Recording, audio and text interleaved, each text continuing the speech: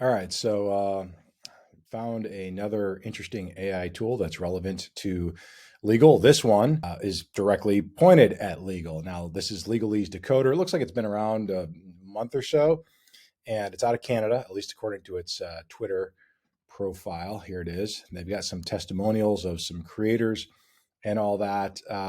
Basically, it's meant to take a contract.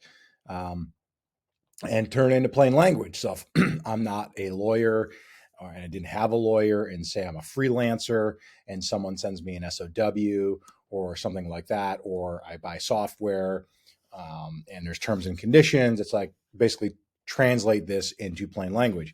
So I'm going to try this. I'm going to use the same language that I used the other day. This thing keeps popping up.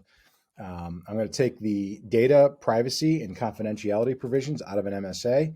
And yeah, okay. So I can only do 150 words because I have a free one.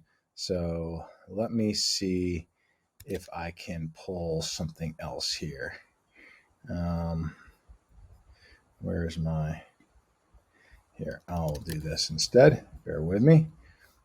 Try to get some visual. See, it's a partial. We'll see what this does.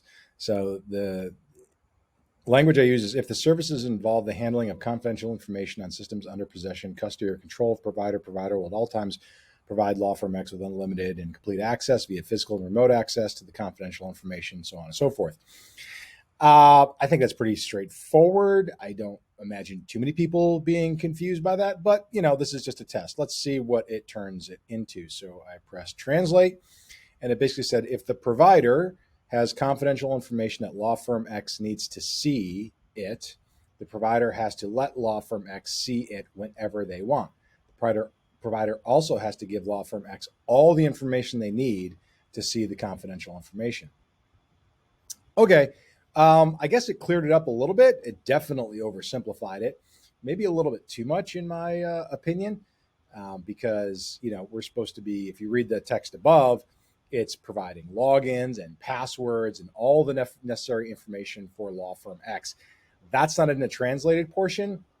I could see some people like being upset about giving someone logins and passwords. But anyway, let me try to find something else here a little less thick. Okay, so I just grabbed basically an intellectual property language section from an SOW.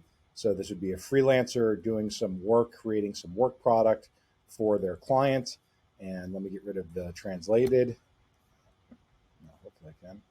Maybe I can't get. All right, well, I just plugged the new information up here. Let's see what it translates to. Okay, well, that was fast. So it basically said when the consultant does work for the client, they might make reports, pictures, or other things called deliverables. Okay, so it explains deliverables. Sometimes these things will have ideas that the consultant already had before they started working for the client, or ideas they come up with while working for the client. Unless there's a specific agreement that says something else, the consultant still owns these ideas.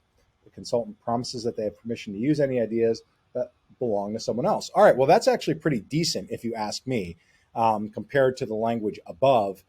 This is written much more user-friendly. If you ask me, it explains deliverables and really spells out the ownership. And if I'm a freelance consultant, I want to know, am I giving up any of my rights to my ideas here?